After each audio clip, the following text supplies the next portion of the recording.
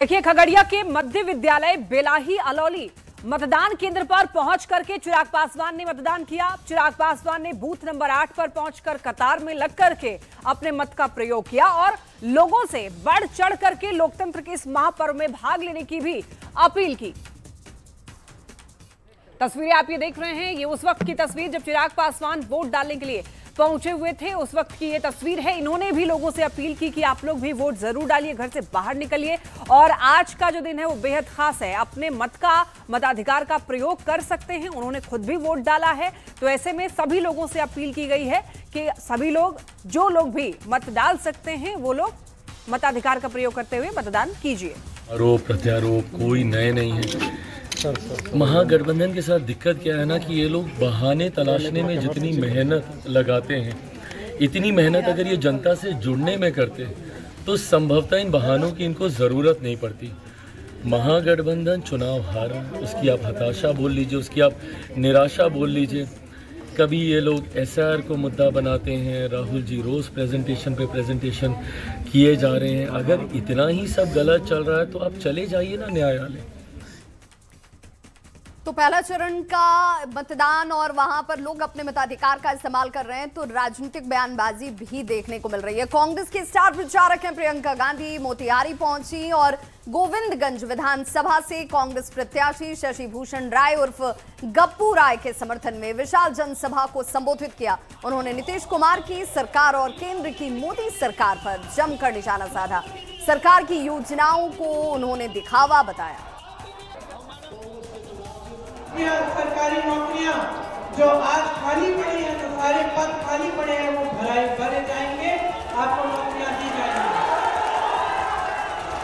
जो गरीब से गरीब परिवार है, जिसमें ऐसे परिवार हैं जिसको एक भी रोजगार नहीं है, उनके लिए हम रोजगार कम से कम एक रोजगार दिलवाने का प्रयास करेंगे।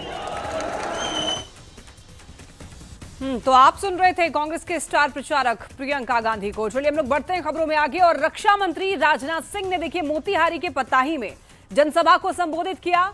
रक्षा मंत्री ने जनसभा में एनडीए की सरकार बनने का दावा किया है और इस दौरान रक्षा मंत्री ने जंगल राज का भी जिक्र किया है।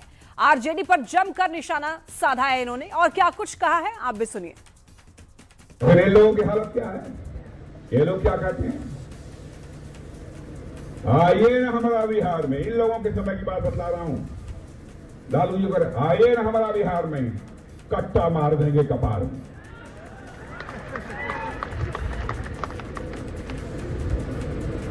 भाई भाई अब कोई महाकालाल हिम्मत करेगा और आगे और देखिएगा, जो गुंडागर्दी करने की कोशिश करेगा बहनों भाइयों, उसको उल्टा कर दिया जाएगा, उसकी खाद खड़ी कर दी जाएगी। तो बिहार आज वोट कर रहा है, आपने किया क्या? ये सवाल इसलिए भी क्योंकि वोटिंग परसेंटेज 2020 से 2025 में बेहतर होने चाहिए और ये दायित्व आपके ऊपर है। मोकामा में शांतिपूर्ण मतदान सुनिश्चित करने के लिए बड़ी संख्या में पुलिस बल की तैनाती की गई। सभी बूथों पर अधिकारी सुरक्षा व्यवस्था का खुद जायजा लेते नजर आए ताकि किसी भी तरह की कोई गड़बड़ी ना हो। कैसे मतदान चल रहा है इस वक्त, बड़े अधिकारी भी पहुंचे हैं पुलिस के। सर क्या माहौल दिख रहा है?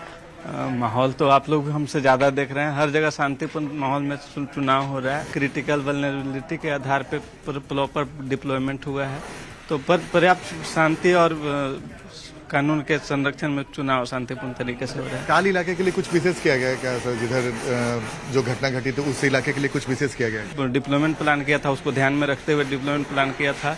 उसके अलावा जो अगर वहाँ पे नाव दस्ता भी हमने रिजर्व में रखा हुआ है, अलग से उनको अतिरिक्त फोर्स दिया हुआ है। हम लोग खुद अभी उधर से ही विजिट करते हुए आ रहे हैं। सब कुछ शांतिपूर्ण है और पब्लिक का पार्टिसिपेट कर रही है वोटिंग में, सब कुछ। अभी तक तो कहीं से कोई जानकारी